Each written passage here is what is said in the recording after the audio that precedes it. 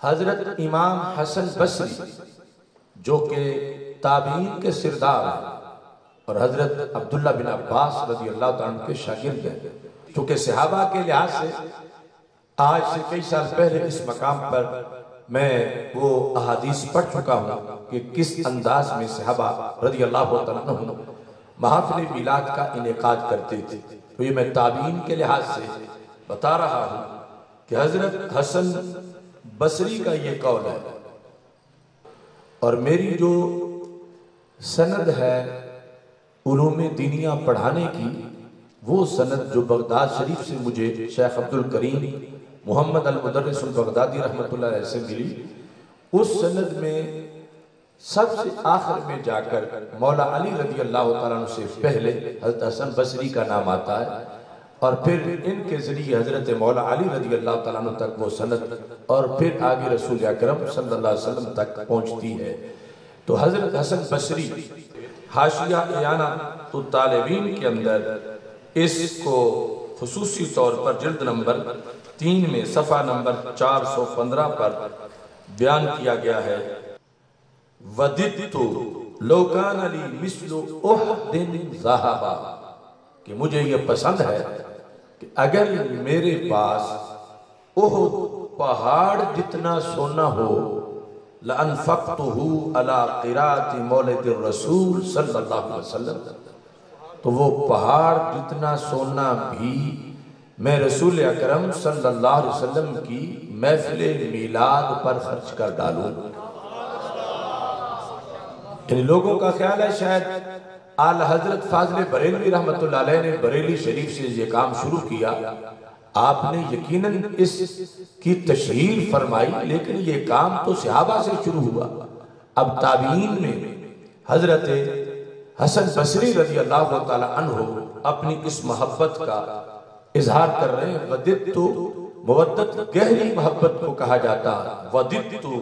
لَوْ كَانَ لِي مِثْلُ جَبَلِ أُحْدٍ ذَهَبًا لَأَنفَقْتُهُ عَلَى قِرَاءَةِ مَوْلِدِ الرَّسُولِ صلی اللہ علیہ وسلم، کہ نبی اکرم صلی اللہ علیہ وسلم کے میلاد شریف کی قراءت پر، کہ جس میں ذکر ہو سرکار کی جلوہ گری کا، اس محفل کے اہتمام پر میں اگر احد پہاڑ اتنا بھی میرے پاس سونا ہو تو سارے کا سارا اس عمل کے لیے میں خرچ کر ڈالوں۔ ایسے ہی حضرت معروف کرخی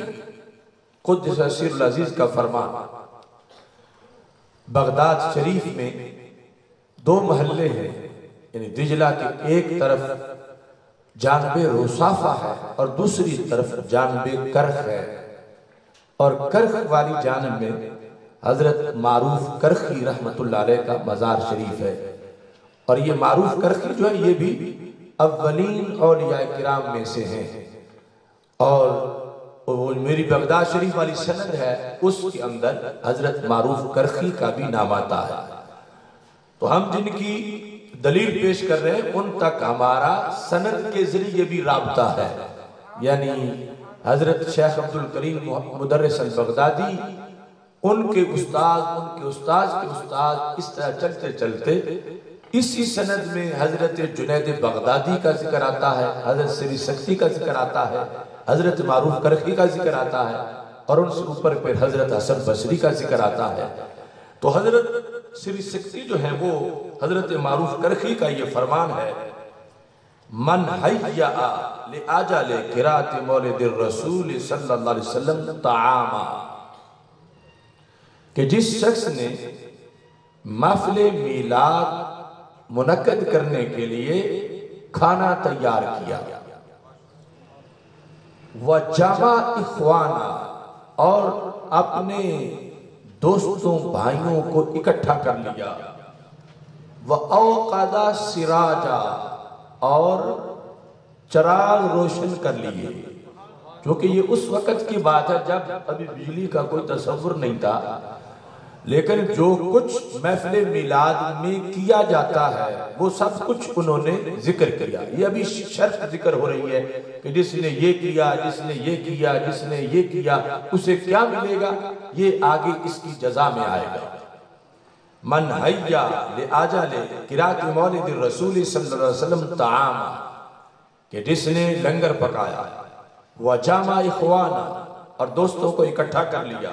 وأوقد سراجا، اور چراغا کر لیا، ولبس جدیدا، اور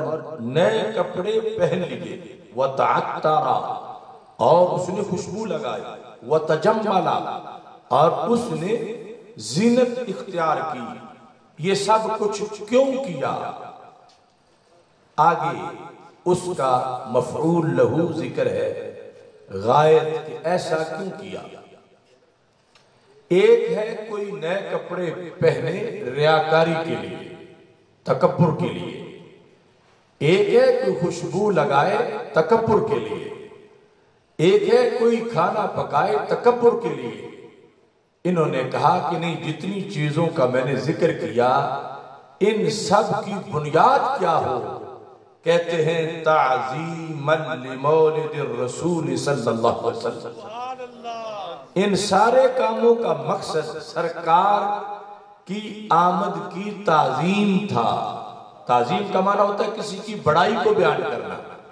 یعنی یہ چراغ جلا کے بتا رہا تھا کہ یہ رات عام رات نہیں، سرکار کے آنے کی رات ہے، یا سرکار کی ولادت کے ذکر کا اہتمام ہے۔ نئے کپڑے اس لیے پہنے ہیں، خوشبو اس لیے لگائی ہے، اور اس لیے دوستوں کو اکٹھا کیا ہے، لنگر اس لیے پکایا ہے۔ ساری چیزوں کا مقصد تعظیما لمولد الرسول صلی اللہ علیہ وسلم ہے۔ تو پھر ایسے شخص کو کیا ملے گا؟ حضرت حسن بصری کہتے ہیں، حضرت معروف کرخی، حشرہ اللہ یوم القیامت مع الفرقۃ الاولی من النبیین، کہ قیامت کے دن رب ذوالجلال ایسے شخص کو نبیوں کی سنگت عطا فرمائے گا۔ وَكَانَ فِي أَعْلَى عِلِّيِّينَ، اور اس کا جنت کا مقام نارمل سا مقام نہیں ہوگا، حالانکہ نارمل جنت بھی بڑی قیمتی ہے۔ موضع صوت من الجنہ خیر من الدنیا وما فیہا، ایک چھڑی کوڑا جتنا ہوتا ہے وہ جہاں جنت میں رکھیں، اتنی جنت کی قیمت بھی پوری دنیا سے زیادہ ہے۔ تو رب ذوالجلال ایسے لوگوں کو انبیاء کرام علیہ السلام کا قرب عطا فرمائے گا کہ جب وہ چاہیں گے انبیاء کرام علیہ السلام کا دیدار کر سکیں گے۔ اب یہ جس درجے میں ہم بیان کر رہے ہیں اس کو پیش نظر رکھنا چاہیے،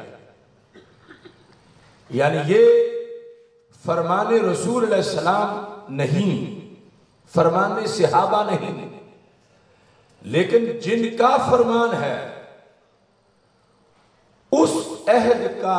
کوئی دوسرا اس قد کا بندہ منکرین میلاد ڈھونڈ کے لے آئے کہ جو اس زمانے میں ہمارے مسلک کے خلاف کوئی عقیدہ رکھتا ہو اور محفل میلاد کو بدعت کہتا ہو اور محفل میلاد کا انکار کرتا ہو، یا کوئی ان کے حصے کا کوئی بزرگ ہو، یعنی جس زمانے میں حضرت معروف کرخی رحمت اللہ علیہ محفل میلاد کے اس اہتمام کی فضیلت بیان کر رہے تھے، ابھی اس ٹولے کا نام و نشان بھی نہیں تھا جو آج میلاد کا انکار کر رہے ہیں، ان کے بڑوں کا بھی نشان نہیں تھا۔ تو اس زمانے میں حضرت معروف کرخی رحمہ اللہ تعالی، حضرت حسن بصری رحمہ اللہ تعالی، رسول اکرم نور مجسم شفیع معظم صلی اللہ علیہ وسلم کے نام کی اس محفل کا عنوان قائم کیے ہوئے تھے۔ آج ان لوگوں کی دھاندلی تو یہ ہے کہ شاید صدی، 1.5 صدی، 2 صدی، 4 صدی سے پہلے اس نام کا کوئی جلسہ ہی نہیں ہوتا تھا، جبکہ ہم حضرت معروف کرخی سے ثابت کر رہے ہیں، حضرت حسن بصری جو تابعی ہیں ان سے ثابت کر رہے ہیں